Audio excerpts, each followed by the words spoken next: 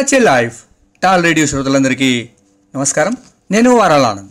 ఈ వారం సాహితీ స్రవంతి కార్యక్రమానికి శ్రోతలందరినీ సహృదయంగా ఆహ్వానిస్తున్నాను.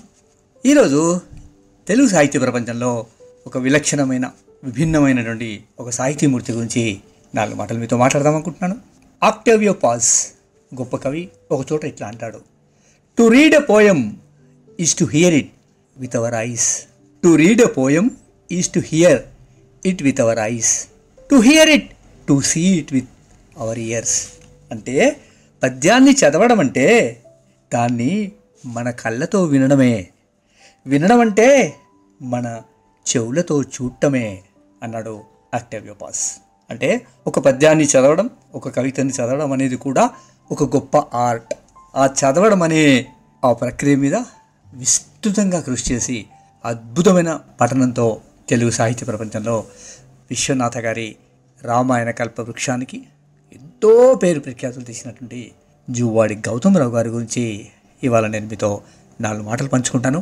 అట్లాగే ఆయన చదివినటువంటి పద్యాల్ని ఆయన స్వరంలోనే కొన్నింటిని మీకు వినిపించే ప్రయత్నం చేస్తారు. నిజానికి పఠనం ద్వారానే కవిత్వం నాకు ప్రాణం పోసింది అని నేను అనుకుంటాను. అట్లే ఒక చోట కోవెల సంపత్ కుమార్ గారు ఒక మాట అంటారు. ఏమన్నారంటే, పద్య పఠనం అనేది ఒక కళ, అది ఒక అల్కెమీ, అది తెలిసిన వారు చాలా అరుదు. ఇట్లాంటి పద్య పఠన కళాశీలి గౌతమరావు గారు అని సంపత్ కుమార్ గారు ఒక చోట అన్నారు. అంటే ఒక పద్యాన్ని చదవడంలో, ఒక పద్యాన్ని ఎంత గుట్టు సమాసమైనా కూడా ఒక సరళంగా శ్రోతల హృదయాల్లో మనసులో చేరుకునేలా చదవడం అనేది నిజంగా it's a great art. Sampath Kumar గారు అన్నట్టు ఇట్ ఈజ్ ఎన్ అల్కమీ. అలాంటి అల్కమీ తెలిసిన వాళ్ళు చాలా తక్కువ మంది ఉంటారు. అలాంటి వాళ్ళలో చాలా సుప్రసిద్ధమైనటువంటి వారు జువ్వాడి గౌతమరావు గారు. జువ్వాడి గౌతమరావు గారు నిజానికి బందరులో రామాయణ కల్పవృక్ష కావ్యగానాన్ని మల్లంపల్లి శరభయ్య గారు చేస్తుండగా విశ్వనాథ సత్యనారాయణ వారు వారిని ఒక క్షణం ఆపి గౌతమరావు గారిని చదవమన్నారట. గౌతమరావు గారు శివధనుర్భంగం ఘట్టాన్ని చదువుతూ అతని దృష్టికి జానకి ఆగలేదు, అతని శక్తికి శివధనుస్ సాగలేదు అని పద్యం ఇంకా 2 పాదాలుండగానే జనం ఆగలేక చప్పట్లు కొట్టారట. సామాన్య శ్రోతలను కూడా కథతో రస జగత్తులో ముంచివేసే కంఠమాధుర్యం పద్య పఠనం గౌతమరావు గారిది. ఆ తర్వాత ఆయన విశాఖపట్నంలో, విజయవాడలో, హైదరాబాద్లో అనేక చోట్ల రామాయణ కల్పవృక్షాన్ని చదివారు. రాయప్రోలు సుబ్బారావు గారు, జాషువా గారు, కృష్ణశాస్త్రి వారు వారి పద్యాల్ని కూడా ఆయన ఎంతో అద్భుతంగా చదివేవారు.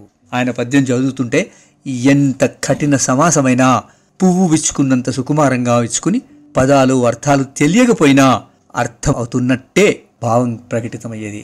అది ఆయన పఠనంలో ఉన్న సౌందర్యం, అది ఆయన పఠనంలో ఉన్నటువంటి మాధుర్యం. విశ్వనాథ రామాయణాన్ని వినడానికి ఒకసారి శ్రీ లక్ష్మణ యతీంద్రు గారు కరీంనగర్కి వచ్చి ఆయన ఇంట్లో ఉండి 10-15 రోజుల నుండి ఉదయాలు సాయంకాలాలు రామాయణాన్ని గౌతమరావు గారు చదువుతూ ఉండగా వినేవారు. ఆ రోజుల్లో ఆయనతో పాటు సుప్రసన్న, సంపత్ కుమార, లక్ష్మణమూర్తి గారు, ఏలూరి, బేతవోలు రామమ్మ గారు, చేకూరు రామారావు గారు, హనుమాన్ల భూమయ్య గారు, విశ్వనాథ పావన శాస్త్రి గారు, వాకటి పాండురంగారావు గారు, వారితో పాటు కరీంనగర్ స్థానికులైనటువంటి డాక్టర్ గండ్ర లక్ష్మణరావు గారు, జీవి కృష్ణమూర్తి గారు, డాక్టర్ డింగరి నరహరాచారి గారు, నేదునూరు బాబురావు గారు, జీవి కృష్ణమూర్తి గారు, ఇట్లా ఎంతోమంది ఆయన పద్య పఠనాన్ని వినడానికి ఆయన ఇంట్లో కలుసుకునేవారు. ఆయన అద్భుతమైనటువంటి పద్య పఠనంతో శ్రోతల్ని అలరించేవారు. హైదరాబాద్లో అబ్బూరి ఛాయాదేవి గారు ప్రత్యేకంగా రామాయణ కావ్య పఠనం ఏర్పాటు చేసినప్పుడు రావిశాస్త్రి గారు, కాళీపట్న రామారావు గారు, జ్వాలాముఖి వంటి వారు వచ్చి విని తన్మయులైపోయి నిజంగా రామాయణం ఇంత గొప్పగా రాసారా విశ్వనాథ్ గారు అని ఆశ్చర్యంగా, అంటే చదివినప్పటికంటే విశ్వనాథ్ గారి రామాయణాన్ని గౌతమరావు గారు పఠించినప్పుడు విన్న ఆ సౌందర్యము, ఆ ఆనందము నిజంగా అద్భుతమైందని ఆ రోజు వాళ్ళంతా చెప్పుకున్నారు. ఇట్లా గౌతమరావు గారు తను ఎంతో శ్రావ్యమైన గొంతుతో ఆ సాహిత్యాన్ని, ఆ రామాయణ కల్పవృక్షాన్ని కావచ్చు, లేదా ఈ మిగతా రాయప్రోలు గారి, జాషువా గారి, కృష్ణశాస్త్రి గారి పద్యాలనైనా తాను చదివి అర్థం చేసుకుని అనుభవించి పలవరించినట్టుగా ఆయన చదివే రీతి నిజంగా ఇప్పటికీ పద్య పఠనంలో అగ్రగామిగా జువ్వాడి గౌతమరావు గారి గురించి చెప్పుకోవచ్చు. గౌతమరావు గారికి చిన్నతనం నుంచి పద్యాలు చదవడంతో పాటు ఆ అలవాటు క్రమంగా విశ్వనాథ సాహిత్యం పరిచయం కావడం ద్వారా కావ్యాలు చదవడం జీవితంలో ఒక భాగం అయిపోయాయి. అట్లా గౌతమరావు గారు నిజానికి సాహిత్య ప్రపంచ స్థానాన్ని పొందారు. అది గౌతమరావు గారి విశిష్టమైనటువంటి లక్షణంగా మనం చెప్పుకోవచ్చు. అత్యంత ప్రభావవంతమైనటువంటి సరళిలో మాధుర్యంతో చదివిన గౌతమరావు గారి సివియ గొంతుకతో చదివిన రామాయణ కల్పవృక్షంలోని కొన్ని పద్యాలు విందాం. ఆ తర్వాత గౌతమరావు గారి జీవన రేఖలోకి వెళ్దాం.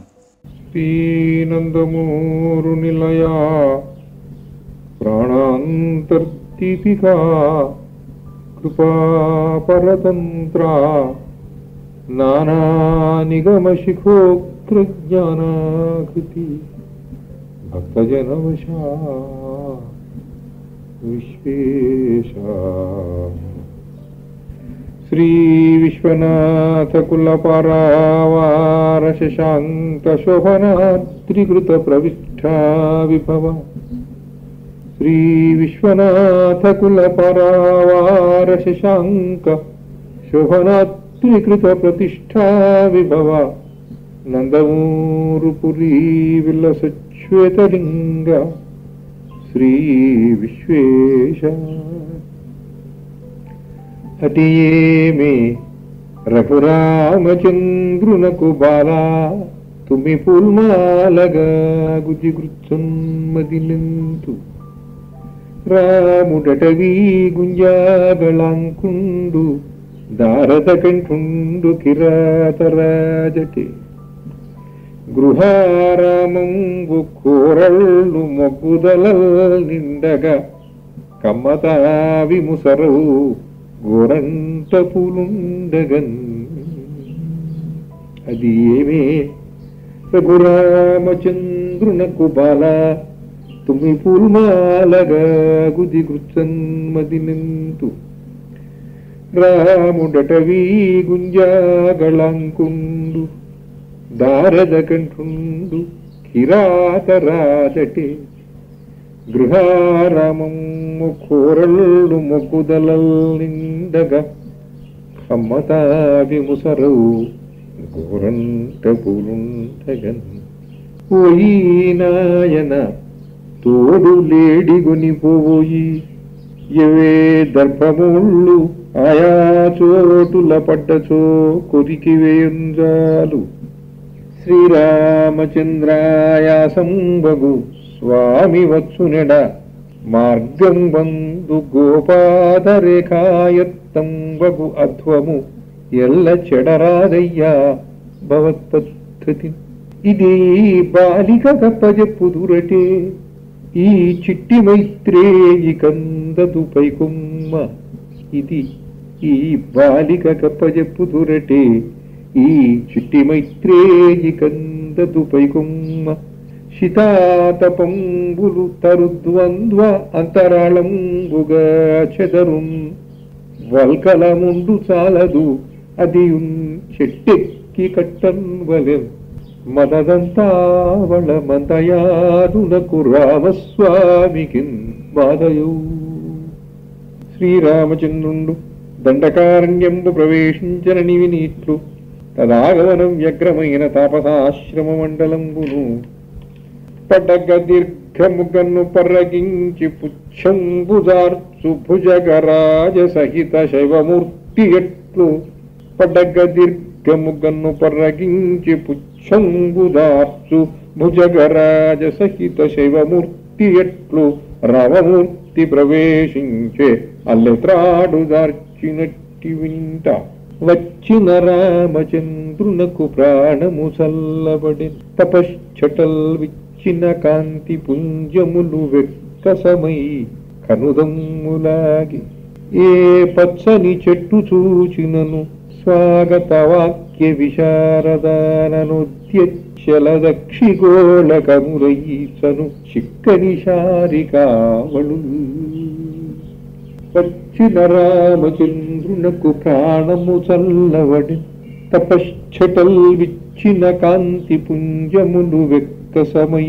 కనుదమ్ములాగే ఏ పచ్చని చెట్టు చూచినను స్వాగత వాక్య విశారదాననుద్యచ్చల దక్షిగోళకములైచను కని శారికావళు వీపులపై వ్రాలు పిట్టలు పడకుండలిలగా నడచెడిలేటిగానలు అనిలగ్రనీయమానప్సరోగానస్వనం బాలకించడినాగకన్యలు ఊహ ప్రయుక్త సత్స్వాహావచ సమవన్హి కుండోద్గారి ఫలరసంబులు. జువాడి గౌతమరావు గారు 1929లో చుక్కారావు రాధమ్మ దంపతులకు జన్మించారు. కరీంనగర్కు సమీపంలో ఉన్నటువంటి ఇరుకుల గ్రామంలో జననం జరిగింది. గౌతమరావు గారి తర్వాత వారింట్లో రామేశ్వరరావు గారు, రఘునాథరావు గారు ఇద్దరు తమ్ముళ్ళు. చుక్కారావు గారి కుటుంబం సంస్కారవంతమైన కుటుంబంగా ఆ రోజు నుంచి పేరు తెచ్చుకుంది. ఆ రోజుల్లో సంస్కృతము, తెలుగు చదివిన వారు గౌతమరావు గారి తండ్రి గారు చుక్కారావు గారు. కుటుంబంలోని స్త్రీలు కూడా కొంత చదువుకున్నవారు. అప్పుడు కొంత చదువుకోవడం అంటే పోతన భాగవతంలోని పద్యాలు, నరసింహ శతకం, సుమతి శతకం, కృష్ణ శతకం వంటి వాటితో పాటు మంగళహారతులు స్వయంగా పాడగలిగినంతగా చదువుకున్నారు. చుక్కారావు గారు పద్యాన్ని చాలా భావస్ఫూర్వకంగా చదివేవారు. గౌతమరావు గారి తండ్రి గారు అయినటువంటి చుక్కారావు గారు, మా తండ్రి గారే నాకు పద్యాన్ని ఎట్లా చదవాలో నేర్పించారని ఎన్నో సందర్భాల్లో గౌతమరావు గారు చెప్పుకున్నారు. గౌతమరావు ప్రాథమిక విద్య ఊరి బడిలోని చదువుకున్నారు. కొంచెం పెద్ద తరగతికి రాగానే కరీంనగర్లో ఉన్న ప్రభుత్వ ఉన్నత పాఠశాలలో చేరారు. సంస్కృతంలో కూడా కొన్ని శబ్దాలు నేర్చుకున్నారు. ధాతువుల జోలికి పోకుండా ఆ సంస్కృతం నేర్చుకోవడం ఆగిపోయిందని, అయినా వాల్మీకి మొదలు మరికొన్ని కావ్యాలు చదువుతుంటే అర్థమైపోయేవని ఆ తర్వాతి కాలంలో గౌతమరావు గారు పలుసార్లు చెప్పుకున్నారు.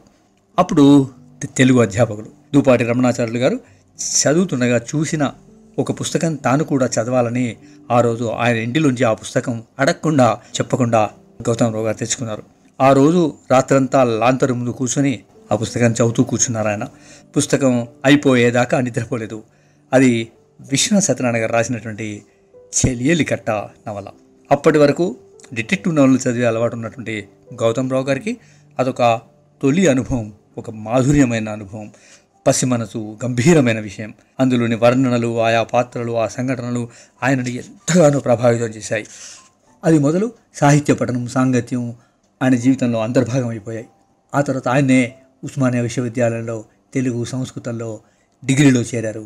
కానీ వారి తండ్రి గారిని ఎవరో తెలుగు చదవడం వల్ల ప్రయోజనం ఉండదని చెప్పడం వల్ల అప్పుడే కొత్తగా ప్రారంభించిన కామర్స్లోకి ఆయన మారిపోయారు. నిజాం వ్యతిరేక ఉద్యమంలో ఔరంగాబాద్ జైలుకు వెళ్ళారు. 2 సంవత్సరాలలో పారిపోయి వచ్చారు. ఉద్యమంలో పాల్గొన్న ఆ అనుభవం ఆ తర్వాత రాజకీయాల్లో పాల్గొనేట్టు చేసింది. అప్పుడు హాస్టల్లో ఉండేవారు.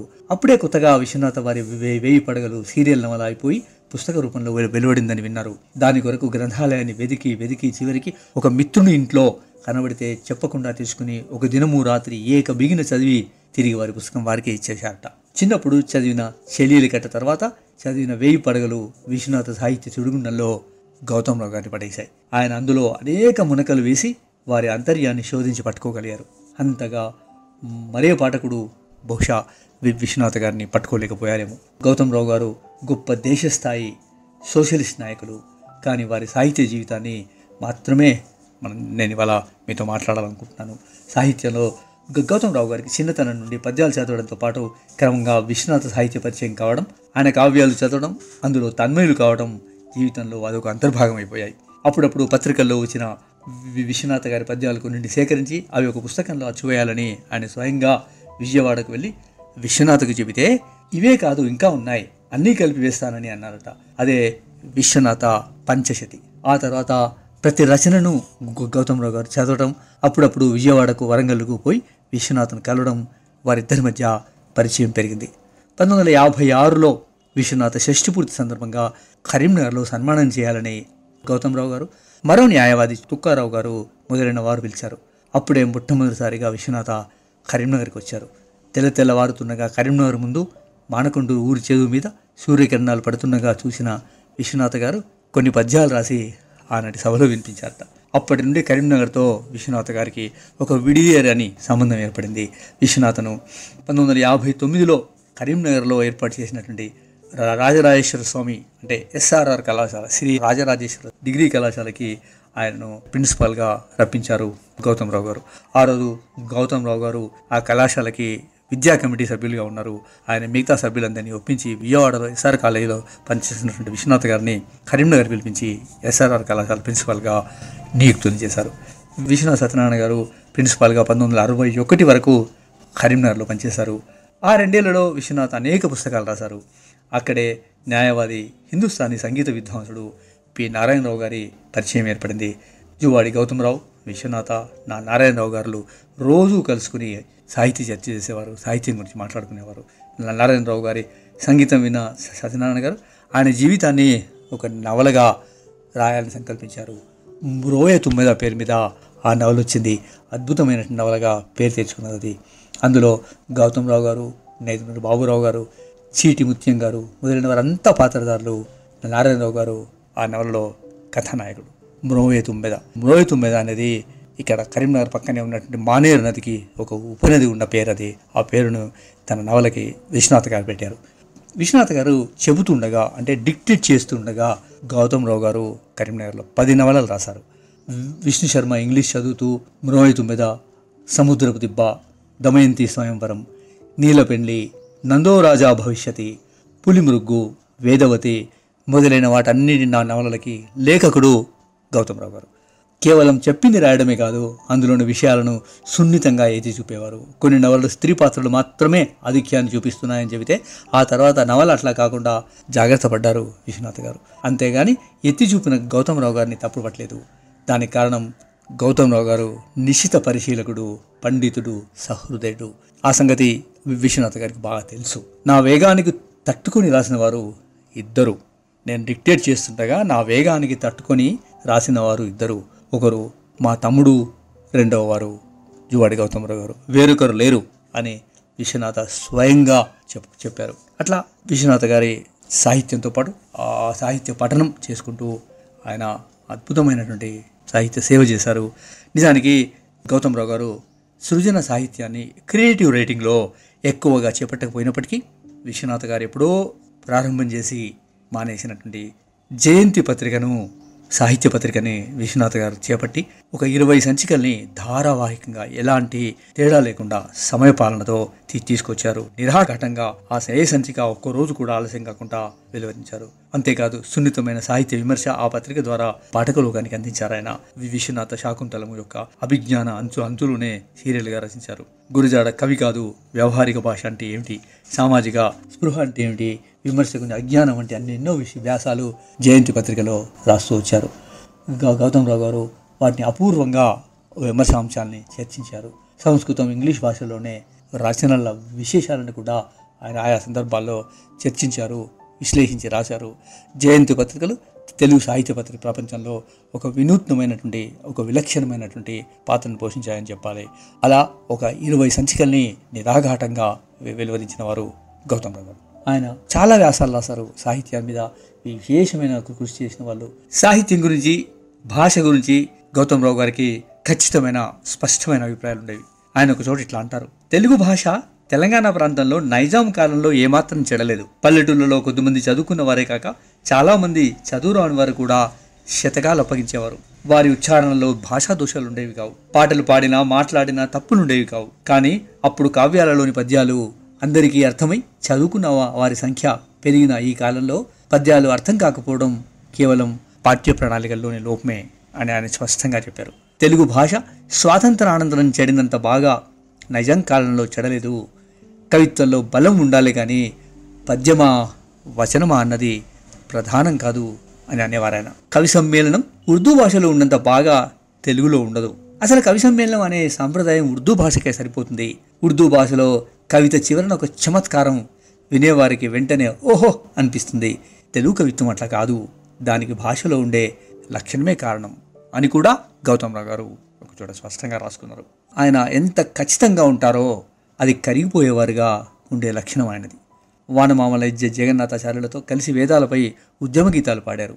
ఆ జీవితాంతం సాహిత్యం, సంగీతం ప్రపంచంగా మిగతా కుటుంబ జీవితం కర్మయోగిగా గడిపిన మహావ్యక్తి జువాడి గౌతమరావు గారు. తన ఇల్లే ఒక సాహిత్యాశ్రమంగా ఎందరో సాహితీవేత్తలకు కావ్యరస ప్రపంచాలను ఆయన చూపించారు. అట్లా రాజకీయాలలో సోషలిస్ట్ నాయకునిగా ఉన్నప్పటికీ ఆయన సాహిత్యం తన జీవిత లక్షణంగా ఉన్నాడు. ఆయన జయప్రకాష్ నారాయణ్, రామ్ మనోహర్ లోహియా లాంటి వాళ్ళతో కలిసి అత్యంత సన్నిహితంగా ఉండి బాధ్యతలు నిర్వహించారు. యువ విద్యార్థిగా నైజాం వ్యతిరేక పోరాటంలో జైలుకు వెళ్లారు. తన సమకాలికులైన C H Rajeswararao, P V Narasimharao, J V Narasimharao మొదలైన వారందరితో సిద్ధాంతాలు వేరైనా తన వ్యక్తిత్వ ముద్రని నిలుపుకుంటూనే ఉన్నారు. సాహిత్యంలో మహారచయితలు, కవులు, విమర్శకులు అవుననే విధంగా మాట్లాడి పద్యం చదివి సాహితీ లోకంలో ఒక చిరస్థానం పొందారు జువ్వాడి గౌతమరావు గారు. ఆయన జువ్వాడి గౌతమరావు గారు ఎంత బాగా పద్యం చదువుతారో వారితో సరిసమానంగా పద్యం చదివేవారు కరీంనగర్లో ఉన్నటువంటి గండ్ర లక్ష్మణరావు గారు. ఆయన ఒక చోట రాసుకుంటూ ఆయన ఏమంటారంటే, గౌతమరావు గారు ఎప్పుడూ ఆయన కంఠం కంచులా వినిపిస్తూనే కళ్ళలో ఒక తడి తిరుగుతుండే మనిషి, పైకి ఒక శ్యామల వర్ణంతో చెట్టంత మనిషిగా కనిపిస్తూ లోపల ఒక సముద్రం వలె గంభీరంగా యోగి వంటి జీవితం గడిపిన జువ్వాడి గౌతమరావు గారు 24 ఆగస్టు 2012వ తేదీన చివరి శ్వాస విడిచారు. అంతిమ ఘడియల్లో ఆయనను పడుకోబెట్టిన చివరి క్షణాలలో ఆయన పక్కన కూర్చుని భాగవతం పద్యాల్ని గండ్ర లక్ష్మణరావు గారు వినిపించారు. అప్పుడు ఆయన కళ్ళు చివరిసారిగా కదిలి ఆగిపోయాయి. విశ్వనాథ సాహిత్యాన్ని మరో 100 ఏళ్ల ఆయుష్ పెంచినటువంటి అత్యంత అభిమాని, అసలు సాహిత్యాన్ని, కావ్యాన్ని ఎట్లా చదవాలి అని స్పష్టంగా చెప్పగలిగిన గొప్ప పండితుడు, సామాజిక న్యాయం జరగాలంటే సోషలిస్ట్ సిద్ధాంతాన్ని నమ్మినవారు, ఆచరించినవారు, అన్నిటికీ మించి ఎవరైనా ఎంతో మర్యాదగా ఆప్యాయంగా పలకరించే మెత్తదనం గల మనిషి జువ్వాడి గౌతమరావు గారు. నిజంగానే విశ్వనాథ్ అన్నట్టుగా కనుబొమ్మల మధ్య ఏదో ఒక తెలియని వెలుగుతో ప్రకాశవంతమైన జీవితాన్ని గడిపిన ధన్యజీవి గౌతమరావు గారు. జువ్వాడి కడలి వేలుపు జువ్వా చదువరుల మొత్తములకుందలపై పువ్వా మవ్వపు పువ్వా కవ్విన కబ్బముల ప్రోవ గౌతమరావా అని మల్లంపల్లి శరభయ్య గారు గౌతమరావు గురించి రాశారు. గౌతమరావు గారి గురించి ఇంకొక కోణం కూడా నేను చెప్పాలనుకుంటున్నాను. నేను ముద్దసాని రామరెడ్డి గారి గురించి ఒక డాక్యుమెంటరీ ఫిల్మ్ ఒక 20 ఏళ్ల క్రితం చేసినప్పుడు గౌతమరావు గారు ఆ డాక్యుమెంటరీ నిర్మాణాన్ని ప్రారంభం చేశారు ఆయన్ని. అట్లాగే రామరెడ్డి గారి గురించి గౌతమరావు గారు చాలా గొప్పగా చెప్పారు. రామరెడ్డి గారి జీవితం గురించి, రామరెడ్డి గారి సాహిత్య ప్రపంచం గురించి, రామరెడ్డి గారి జీవన సరళి గురించి కూడా నిర్మోహమాటంగా చెప్పారు. అప్పుడు ఒక ప్రశ్న వేస్తే, సార్ మీరు సాహిత్యంలో ఇంతగా కృషి చేశారు, ఇంత సంతోషం కదా మీకు సాహిత్యం అంటే, మరి రాజకీయాల్లోకి ఎందుకు వచ్చారు, అప్పుడు పోటీ చేశారు కదా అంటే ఆయన అన్నారు, అవును ఈ సమాజం సోషలిస్ట్ సమాజం అయినప్పుడే ప్రజలంతా సంతోషంగా ఉంటారు, ప్రజలకు మంచి జరుగుతుందని నేను విశ్వసించాను, అందుకే ఎమర్జెన్సీ తర్వాత పోటీ చేశాను అన్నారు. కానీ ఒక మాట చెప్పమంటారా, నేను ఓడిపోవడమే నాకు మంచి జరిగింది అంటాడు. అది ఎట్లా అని అడిగితే, ఆ మాబ్, ఆ గుంపులో ఉండడం, ఆ జనంలో ఉండడం నాతో సాధ్యం కాదు. నేను ఒంటరిగా ఉండడానికి ఇష్టపడతాను, నేను చదువుకోవడానికి ఇష్టపడతాను, నేను పద్యం చదవడానికి ఇష్టపడతాను, నేను సాహిత్యంలో తలమునకలే ఉండడానికి ఇష్టపడతాను, నేను మనిషిని ప్రేమిస్తాను, మనిషితోనే సహజీవనం చేయడానికి ఇష్టపడతాను. కాబట్టి ఆ ఎన్నికలు, ఆ గొడవ, మాబ్, ఆ గుంపు మనలో మనం ఉండడం అనేది సాధ్యం కాదు, అందుకే నేను ఓడిపోవడమే నాకు చాలా సంతోషం కలిగించింది అన్నారు ఆయన. అట్లా వచ్చిన వారు చిన్నవాళ్ళ పెద్దవాళ్ళ అనే తేడా లేకుండా సహృదయతతో చాలా స్పష్టంగా సూటిగా మాట్లాడేవారు గౌతమరావు గారు. ఆయన జ్ఞాపకంలో ఇవాళ మరికొన్ని పద్యాలు వింటూ ఆయనకు నివాళులు అర్పిస్తూ సెలవు తీసుకుంటాను. నేను మీ వారాలనంద్. థ్యాంక్ యూ అండి. Thank you tall radio. Thank you touch life. Thank you very much. అని వెనువెంటన్ భ్రమల్వాయగన్ మునులున్ వర్ణులు రామచంద్రుని ముఖాంభోజాతమున్గాంచగన్ మునిపత్తుల్ జనకాత్మజాత కనుదమ్ముల్ చెక్కిలుల్ ముంగురుల్ కని తద్భూషలు చిని వస్త్రములు నున్గన్గుంచు మున్పడగా విని నామంచు భ్రమింత్రు దేవియని వెన్వెంటన్ భ్రమల్వాయక తరణికులుడు మౌనింద్రులు పరస్పరార్చాభిధాన పరమోదారాదర రేఖాకరణానంతర సమయమున ఋషి సమితి తత్పరమతులై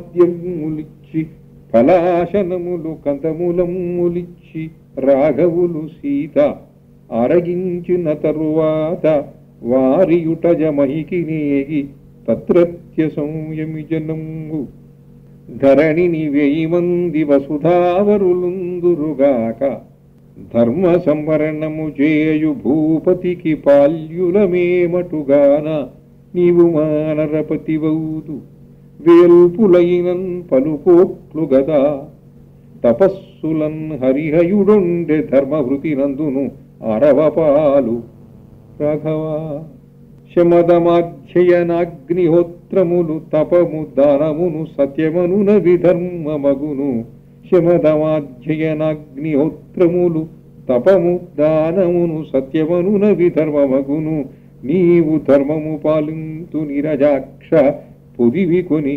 ధర్మమాచరించెదము మేము కోపం వెక్కిన నెత్రునాడులవి మాకుంలేవ ఇమ్మేనులందు ఈ పాణిద్వయము అర్చనా విషయమై ఎట్లో రిపుధ్వంసనం వ్యాపారంబునట్లు సాగవు తపస్యన్ ధర్మపాలుండవు ఇవై పాలింపకయున్నచో శరణు లేదయ్యా రఘుత్వంసక అనిన శ్రీరామచంద్రుండు వారికి శరణాగతి నొసంగే ఉద్భవశృంగమౌ యువకురంగము దడి పొడిచి లోనికి రుచిపోవుచుండ నిస్తబ్ధమౌ గాలి నిల్చి నిల్చి తరంగభృతి చెట్లపై ముర్మురించుచుండ అప్పుడప్పుడు రోమంతమాపి పరున్న ఆశ్రమగవి నిట్టూర్పుజార్చుచుండ నడికిరే ఘూకస్వనము సింహగర్జయువదలి వేరుసవ్వడి మెదలకుండ ధరణి సంతానమునకు నిద్రామనస్సు స్వామి జాగ్రత్తపడి పతి పైని చేయి చాచి మాటికి మాటికి చూచుచుండ ధరణి సంతానమునకు నిద్రామనస్సు స్వామి జాగ్రత్తపడి సతిపైని చేయి చాచి మాటికి మాటికి చూచుచుండ ప్రభు సుఖాపాదిని గతించే రాత్రియల్లా అంతటనుషస్సు విరళమై ప్రాంతపత్రహరిణ వర్ణ ప్రభా మనోహర దుదార బాలమార్తాండ హృదయమై పరిణమింప ముని సమూహము సెలవుగై కొని ప్రభుండు అటవీ మార్గము బట్టి ముగురునువు అంతంతనా త్రోవ దుర్ఘటమై ఘోరతమశ్చటాజటిలమై క్రవ్యాద సంచార విస్ఫుటమై క్రూర మృగావళీరవ ప్రతిస్ఫూర్జ దిశాగోళమై విటతాటంబుగబడ్డ ప్రాంతలతికా విధ్వస్త వైశాల్యమై తరుచై లక్ష్మణహస్త ఖడ్గ వినికృత్తక్ష్మాజ శాఖాలతాభరమై తరుచై లక్ష్మణహస్త ఖడ్గ వినికృత్తక్ష్మాజ శాఖాలతాభరమై కానన ఘోర జంతు ఖుర సంబంధైక దృశ్యాత్వమయ్యరుగన్ దవుగ పంకమై పథము సామీప్యస్థకాసార విస్ఫురణన్ జానకి ఓర్చికుంచు నడచన్ ఫుల్లాత్మ విశ్రాంతికై తరుచై లక్ష్మణహస్త ఖడ్గ వినికృత్తక్ష్మాజ శాఖాలతాభరమై కానన ఘోర జంతుకుర సంబంధైక దృశ్యాత్వమై అరుగన్ దవ్వుగ పంకమై పథము సామీప్యస్థకాసార విస్ఫురణన్ జానకి ఓర్చికుంచు నడచన్ ఫుల్లాత్మ విశ్రాంతికై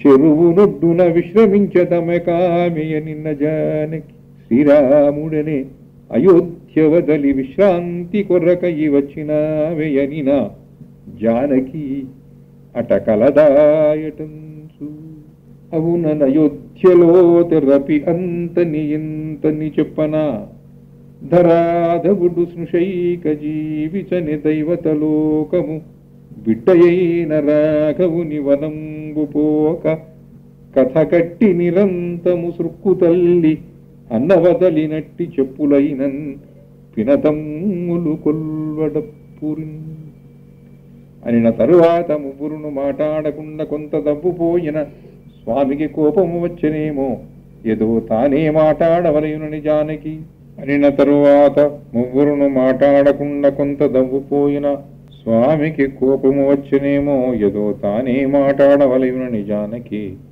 మనము మరులు తీగను త్రొక్కిన జాడగ కానిపించు కేవలమిది త్రోవన వీలు లేదు చెరువను కొనినది కనిపించదు అడవి కోనయ కాకన్ రాముండనే ఎంతయున్ మరులు కొన్నంగాదటే ఘోర కాంతారం గున్పతి తోడవత్సుటనినన్ ధాత్రీయ ధర్మంపు బుద్ధ్యారానైనది భర్తపై మరులు లేదన్నన్ రఘుత్తం సకుండారంభించు శిర ప్రకంపముగ ముందయ్యేకే మార్గంబునన్ బొమ్మముడి విస్ఫుటకోపాభిమాన హృదయుడు రఘు ప్రవీరుడు నటచన్ శ్రమమున కించిత్ దుఃఖాభిమాన హృదయాబ్జయేగే పృథ్వీసుతయు అలికిడి తాకియొత్తిగిలు అల్పపు జంతులు సంగుదారిగా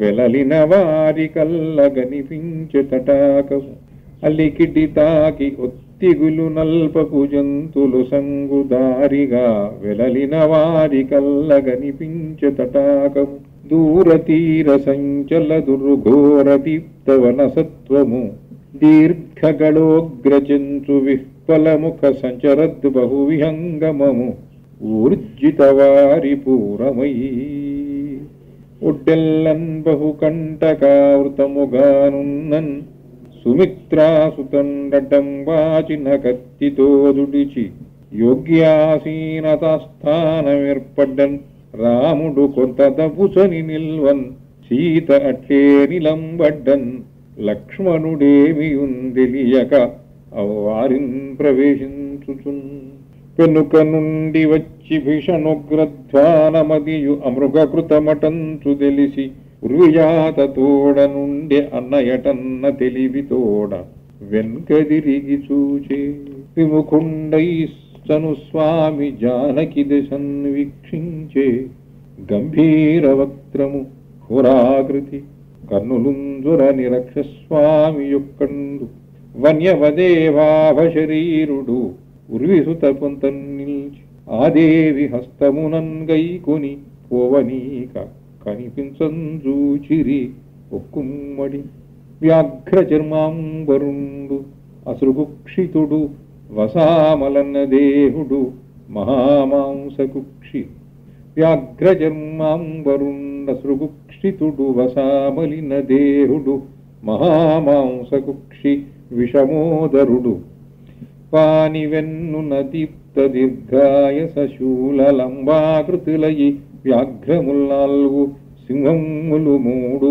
తోడేళ్లు 2 10 కృచ్చబడి వ్రేలుచున్నవి వాని హస్తమున వసాదిగ్ధమేన్గు మస్తకము కలదు వాని హస్తమున వసాదిగ్ధమేన్గు మస్తకము కలదు వాడు వార్షుకోగ్రవారి వాహము ఓలెను రుముచుండే అట్లే తరణి కులులు నిలిచి చూచుచుండి నివ్వెర పొందిరి సీత పొందుచున్న చేటు నరసి అంత ఆ రాక్షసుండు సగర్వంబుగా నా పేరు విరాజుండు అని ఎరచి వికటాట్టహాసంబు చేసి ఇట్లనియే నా పేరే వినలేదా ఈ ప్రాంతము లేలరాక ఎవరు మీరల్ కా పురుషులు ఉభయవర్ణం వ్యాపృత చినాకృతులు దురాత్ములు మీరల్ జటలున్ వల్కలముల్ పృషత్కములు నున్ చాపంబులు ఈ సంధి దుర్ఘట విషంబుల జటలున్ వల్కలముల్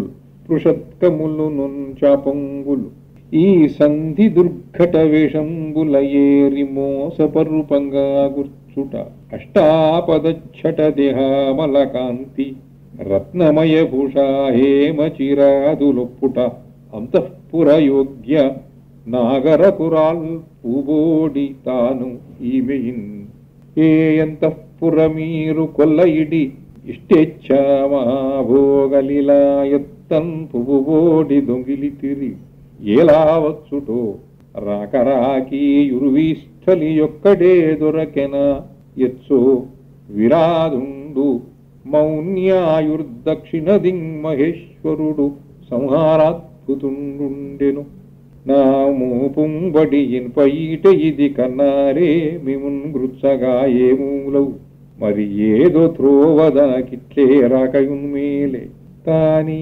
మందాక్షదృశాంత కావలయు నాకిల్లాలుగా మీరనన్ మీ మాంసంబు భుజిక్రియాంతరసనామృష్టం వగున్ నంచుకో. You have just listened to Tall Radio Podcast. For more podcasts, visit www.touchalife.org.